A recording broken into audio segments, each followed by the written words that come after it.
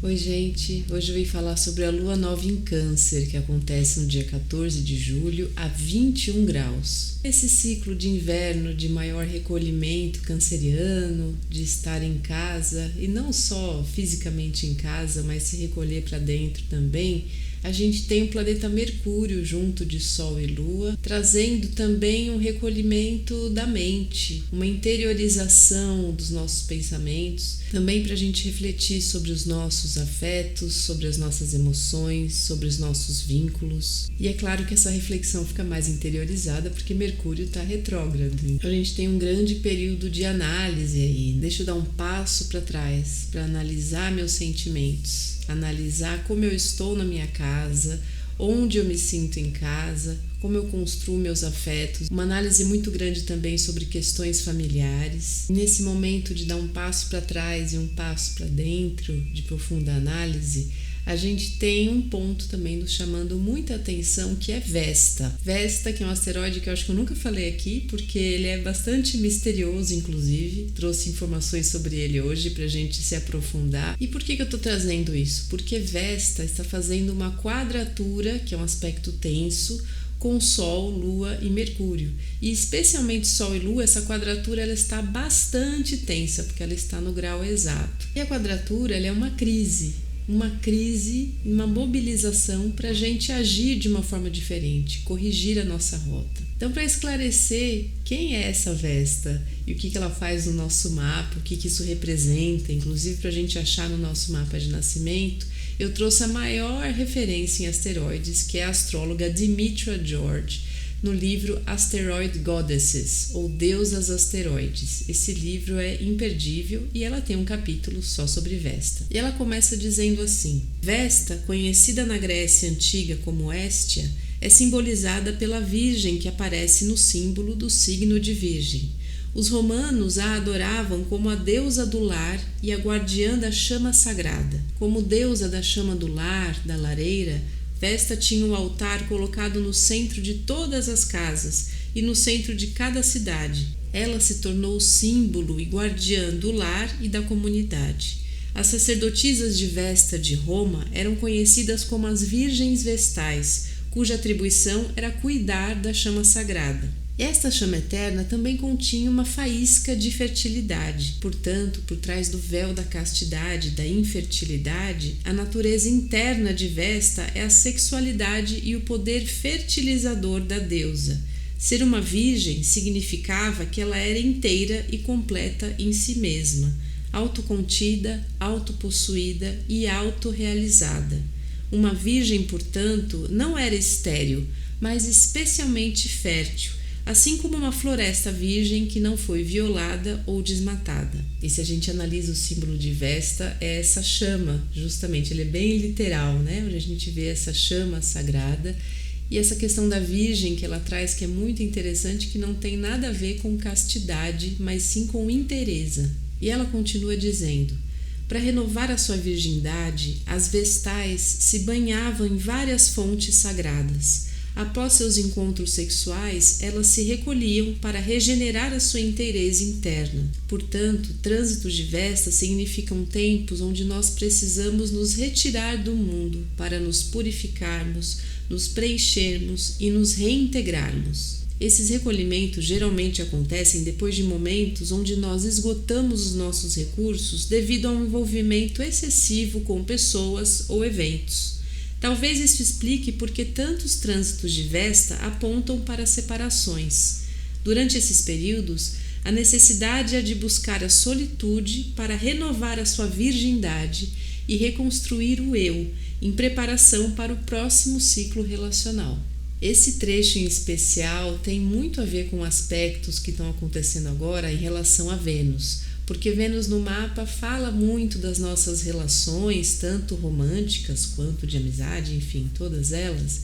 E Vênus está num aspecto tenso, uma quadratura com Urano, que pode representar rupturas, crises, surpresas. Então esse momento de retiro, que já está muito sendo representado por Câncer e por esse Mercúrio retrógrado, né, que é esse passo para trás, esse momento da gente olhar para dentro, nos abastecermos e buscarmos de novo a nossa inteireza, depois de um mês mais geminiano, onde muitas coisas aconteceram, eventos ou trocas, onde a gente já usou nossos recursos e agora a gente precisa se abastecer e estarmos em solitude para a reconstrução desse eu.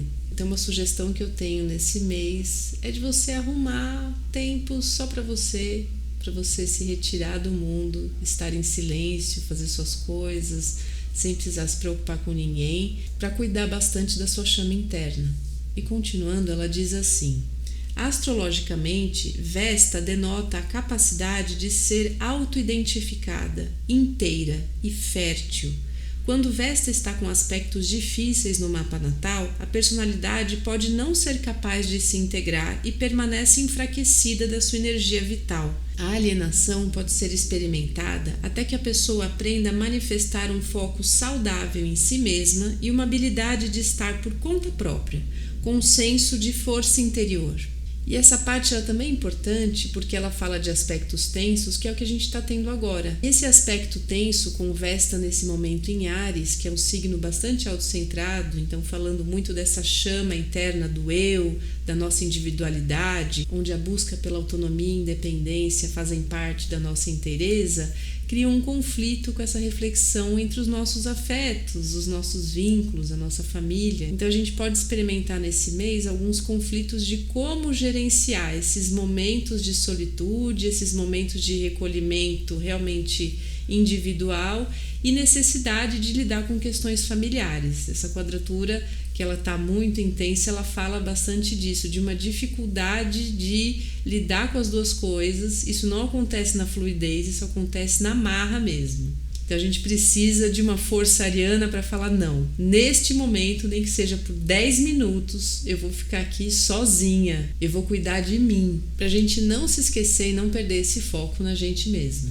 E ela continua dizendo: assim como na antiguidade ela proporcionava um local de reunião para as famílias ao redor do fogo, Vesta funciona como o centro da psique, coordenando as várias facetas da personalidade.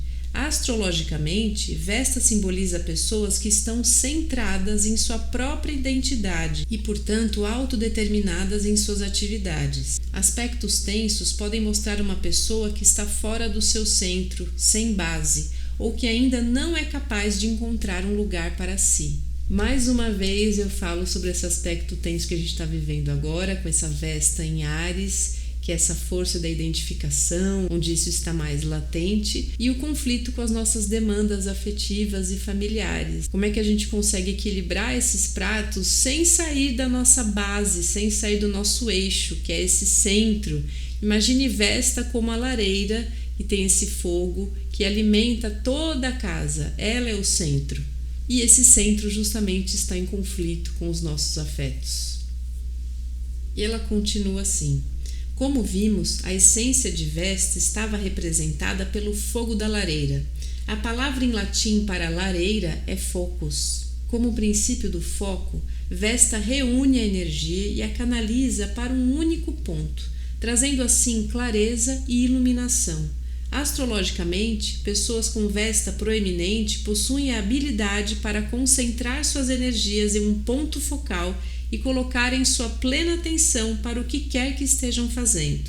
Quando Vesta está com aspectos tensos, o foco pode se tornar muito vago, confuso ou disperso. No outro extremo, o foco pode se tornar estreito demais, fazendo com que a pessoa tenha uma mente muito fechada e tenha uma visão restrita do mundo. Então aí a gente viu dois extremos de um aspecto tenso, que é o que a gente está vivendo hoje, ou de um foco que não existe, que ele está totalmente disperso, ou num foco estreito demais. Então a gente tem esse desafio agora, principalmente pessoas que têm Vesta forte no seu mapa, seja perto do Sol, da Lua ou da Ascendente. Então compartilha aqui com a gente quem tem Vesta proeminente no mapa, se está sentindo isso com mais dificuldade. Mas nós temos uma grande ajuda celestial para lidar com esses desafios de Vesta durante todo o mês de julho, porque desde o dia 7 até o dia 31 de julho a gente está vivendo no céu uma grande harmonia entre 3 grandes planetas, que que é um grande sextil, que é um aspecto muito, muito harmonioso entre Urano, Netuno e Plutão. Netuno no signo de Áries, falando da importância da conexão com a nossa psique, para que a gente consiga realmente nascer, vir ao mundo com toda a nossa independência, nossa autonomia,